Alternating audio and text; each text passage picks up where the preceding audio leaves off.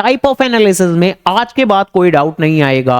Dynamic, horizontal, vertical, सभी तरह के एनालिसिस का मतलब आज हम समझने वाले हैं। तो आओ जरा बात करते हैं। देखो कुछ एनालिसिस ऐसे होते हैं जिनके अंदर हम मल्टीपल ईयर्स का डेटा एनालाइज करते हैं, मल्टीपल ईयर्स का डेटा एनालाइज करते हैं। आमतौर पर एक साल के डेटा को दूसरे साल से कंपेयर करते हैं और एनालाइज करते हैं। तो बेसिकली इस तरह के एनालिसिस को कई बार हम कंपैरेटिव एनालिसिस भी कहते हैं मेरे बाबू, ध्यान रखिएगा।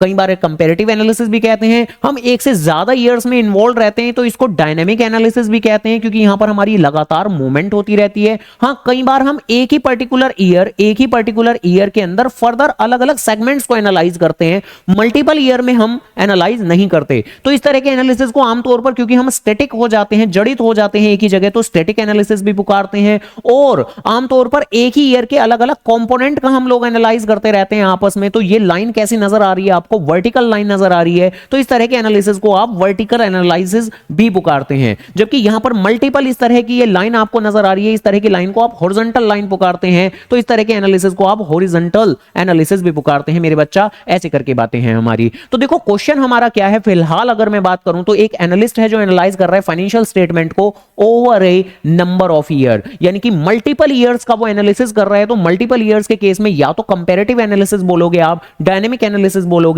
हॉरिजॉन्टल एनालिसिस बोलोगे। फिलहाल यहां ऑप्शन के तौर पर सिर्फ हॉरिजॉन्टल एनालिसिस ही नजर आ रहा है आपका। स्टैटिक भी है लेकिन वो तो सिंगल ईयर के केस में होता है, वर्टिकल भी है वो भी आपके सिंगल ईयर के केस में होता है। एक्सटर्नल एनालिसिस का मतलब तो होता है कि हम अपने फर्म के बाहर की किसी कंपनी का एनालिसिस कर रहे हैं, वो यहां कोई सेंस नहीं बनाता। तो हॉरिजॉन्टल एनालिसिस फिलहाल आंसर होगा। सारी बातें हम लोगों ने कर ली, अच्छे से जाने समझे, और ऐसी ही और वीडियो जानने के लिए वीडियो को लाइक, चैनल को सब्सक्राइब।